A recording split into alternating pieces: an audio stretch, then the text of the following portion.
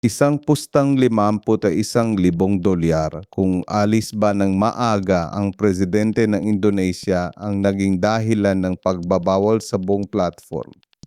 Ni-block ng Ministry of Communication ng Indonesia ang Polymarket noong Biyernes. Tinawag itong illegal gambling kahit may blockchain. Trigger ang prediction market na nag-alaw pumusta kung magbibiti si Presidente Prabowo Subianto bago matapos ang termino. Pini-price ng trader ang chance ng pag-alis bago Mayo sa 1% at 11% bago matapos ang taon. Sabi ni Director General Alexander Sabar, hindi maglalaan ng espasyo ang gobyerno sa anumang online gambling. Nakablock na ang Polymarket sa mahigit 30 bansa, pati Taiwan, Thailand, China at Japan ay nag-restrict din kamakailan. Mag-subscribe na!